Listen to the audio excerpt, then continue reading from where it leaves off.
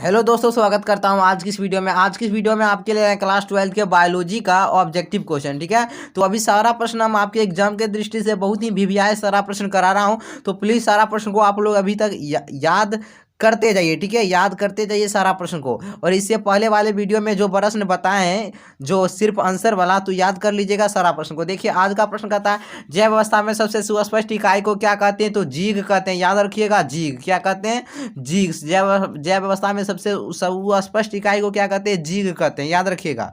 49 कहता है एक ही जाति के जीवों के सामाजिक संस्थानिक संगठन को क्या कहते हैं, समुदाय कहते हैं। क्या कहते हैं, समुदाय। याद रखिएगा, समुदाय, समुदाय। चलिए, अब अगला प्रश्न देखिए।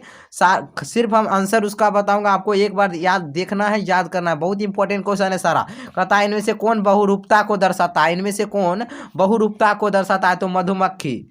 कौन दर्शाता है, मधुमक्खी। याद रखिएगा, मधुमक्खी। ठीक है, याद रखिएगा, मधुमक्खी।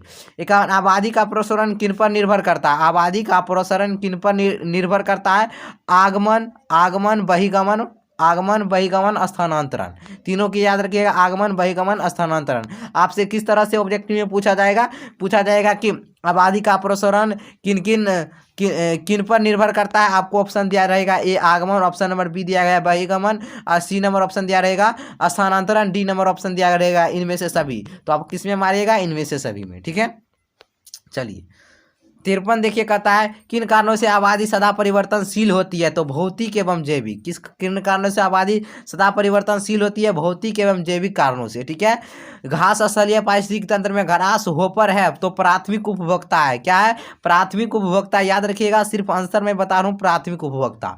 पारिस्थितिक तंत्र के आहार श्रृंखला में ऊर्जा का प्रवाह होता है, तो एक दिशीय होता है। मोस्ट इंपॉर्टेंट क्वेश्चन है, एक दिशीय। याद रखिएगा, एक दिशीय। ठीक है, ऑप्शन क्या करें, ऑप्शन नंबर इसका क्या हो जाएगा, आंसर हो जाएगा एक दिशीय। याद रखिएगा। अब देखिए 56 नंबर क्या कह रहा है, 56 नंबर कह रहा है तालाबीय पारिस्थितिक तंत्र में बड़ी मछली क्या कहलाती है, तो तृतीयक उपभोक्ता। तो तालाबीय पारिस्थितिक तंत्र में बड़ी मछली क्या कहलाती है, तो तृतीयक उपभोक्ता कहलाती है। याद रखिएगा, तृतीयक उपभोक्ता। अब देखिए 57 नंबर, पारिस्थितिक शब्द का प्रयोग सर्वप्रथम कौन सर दिए थे, बताना है, तो टाउनसले ने दिए थे। कौन, टाउनसले ने, टाउनसले ने। याद रखिएगा, टाउनसले ने। ऑब्जेक्टिव क्वेश्चन में पूछा जाता है हर एक बार, याद रखिएगा। घास स्थलीय पारिस्थितिक तंत्र में ऊर्जा का स्रोत होता है, तो सूर्य का प्रकाश होता है। क्या होता है, सूर्य का प्रकाश। अब चलिए अगला प्रश्न देखिए क्या कहता है, 59 नंबर, पारिस्थितिक तंत्र का कार्य केंद्रित रहता है पदार्थों के चक्रण में, ऊर्जा के प्रवाह में। दोनों को याद रखिएगा, सारा क्वेश्चन इंपॉर्टेंट बता रहा हूं, याद रखिएगा। 60 नंबर देखिए क्या कहता है, घास स्थलीय पारिस्थितिक तंत्र में संख्या का पिरामिड होता है, तो सीधा होता है। संख्या का पिरामिड होता है तो सीधा, और ऊर्जा का पिरामिड होता है तो सीधा। दोनों का सीधा ही होता, सीधा होता है। याद रखिएगा, सीधा सीधा सीधा। ठीक है, चलिए 62 देखिए, अगर किसी पारिस्थितिक तंत्र में अपघटक को नष्ट कर दिया जाए तो क्या होगा, खनिजों का प्रवाह रुक जाएगा। ठीक है, खनिजों का प्रवाह क्या हो जाएगा, रुक जाएगा। 63, किसी आहार श्रृंखला में सामान्यतः प्रथम जीव को कहते हैं उत्पादक कहते हैं। ठीक है, उत्पादक। आपके बुक में, एनसीईआरटी बुक में जितना भी इंपॉर्टेंट क्वेश्चन है पूरे वीक से सारा प्रश्न अभी करवा रहा हूं, तो प्लीज याद रखिएगा, उत्पादक।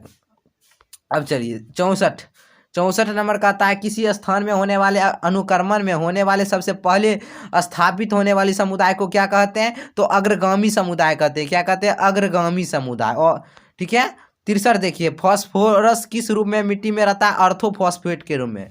किस रूप में रहता है, अर्थोफॉस्फेट के रूप में, अर्थोफॉस्फेट के रूप में। याद रखिएगा, अर्थोफॉस्फेट। ठीक है, अर्थोफॉस्फेट। अब देखिए 66 नंबर, अम्लीय वर्षा का मुख्य कारक कौन है, बहुत बार एग्जाम में पूछा गया, अम्लीय वर्षा का मुख्य कारक कौन है, NO2। ठीक है, NO2 और SO2 दोनों है। ठीक है, Na2 लिखा हुआ है, NO हो जाएगा। ठीक है, NO2 एवं SO2। चलिए 67, वायु मल जल के शुद्धिकरण में क्रियाशील होते हैं जीवाणु होते हैं। कौन होते हैं, जीवाणु। अब देखिए, अब क्या कहता है, chlorofluorocarbon, CFC, CH4, methane, nitrogen dioxide, carbon dioxide gas हैं। ये सब CFC, CH4, NO2, CO2 gas हैं, तो यह ग्रीन हाउस गैस हैं। इनको तो जरूर याद रखिएगा, हर एक बार प्रश्न पूछा जाता है इनमें से कौन ग्रीन हाउस गैस पहचाने, तो याद रखिएगा CFC, CH4, NO2, CO2। ठीक है, चलिए 69 नंबर देखिए क्या कहता है, भोपाल गैस त्रासदी किस गैस के रिसाव से हुई थी? मिथाइल आइसोसाइनेट, ठीक है, मिथाइल आइसोसाइनेटेड, ठीक है, मिथाइल आइसोसाइनेटेड। साधारणतः कितने तीव्रता की ध्वनि मानव सहन कर सकता है? तो 20 से 30 डेसिबल, 20 से 30 डेसिबल, याद रखिएगा, 20 से 30 डेसिबल, याद रखिएगा, ठीक है। काजीरंगा राष्ट्रीय उद्यान किस राज्य में अवस्थित है? तो असम में अवस्थित है। किस में कहाँ अवस्थित है? असम में। गिर राष्ट्रीय उद्यान किस राज्य में अवस्थित है? राज्य में अवस्थित है तो गुजरात में अवस्थित है। कहाँ अवस्थित है? गुजरात में।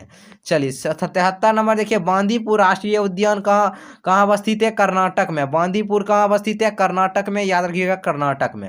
कार्बेट राष्ट्रीय उद्यान कहाँ अवस्थित है? तो उत्तराखंड में। कहाँ अवस्थित है? उत्तराखंड में। एक प्रश्न हर एक बार पूछा जाता है इस तरह से। दुधवा राष्ट्रीय उद्यान किस राज्य में अवस्थित है? तो उत्तर प्रदेश में। किस राज्य में? उत्तर प्रदेश में। कंचनजंगा राष्ट्रीय उद्यान किस राज्य में अवस्थित है? सिक्किम में। आपके एनसीईआरटी बुक में जितना भी प्रश्न है पूरे वीक का सारा प्रश्न करा रहा हूं, तो सारा प्रश्न को याद रखिएगा, एक भी प्रश्न नहीं छूटेगा आपके एग्जाम में। कन्हा राष्ट्रीय उद्यान किसके लिए प्रसिद्ध है? तो कहाँ अवस्थित है? बताना है। कन्हा राष्ट्रीय उद्यान किस राज्य में अवस्थित है? मध्य प्रदेश में। किस प्रदेश में? मध्य प्रदेश में। मानस अभ्यारण्य किस राज्य में अवस्थित है? असम में। कहाँ अवस्थित है? असम में। मानस अभ्यारण्य किस राज्य में अवस्थित है? असम में। सुंदरबन राष्ट्रीय उद्यान किस राज्य में अवस्थित है? पश्चिम बंगाल में। कहाँ अवस्थित है? पश्चिम बंगाल में। हजारीबाग राष्ट्रीय उद्यान कहाँ अवस्थित है? झारखंड में। कहाँ अवस्थित है? झारखंड में। डेजर्ट राष्ट्रीय उद्यान कहाँ अवस्थित है? राजस्थान में। कहाँ अवस्थित है? राजस्थान में, याद रखिएगा, राजस्थान में। 82 देखिए क्या कह रहा है, नंदवा राष्ट्रीय उद्यान किस राज्य में अवस्थित है? अरुणाचल प्रदेश में। कहाँ अवस्थित है? अरुणाचल प्रदेश में। पेरियार राष्ट्रीय उद्यान किस राज्य में अवस्थित है? तो केरल में। किस राज्य में अवस्थित है? केरल में। हर एक बार इस तरह से एक प्रश्न पूछा जाता है, तो सारे प्रश्न मैं आपको करा रहा हूँ, तो याद कर लीजिएगा। तो वीडियो को आज आप लोग लाइक कर दीजिएगा, चैनल पर नहीं बने चैनल को सब्सक्राइब कर लीजिएगा, ठीक है। तो फिर मिलते हैं हम इससे बाद वाले प्रश्न के साथ, तब तक के लिए बाय बाय।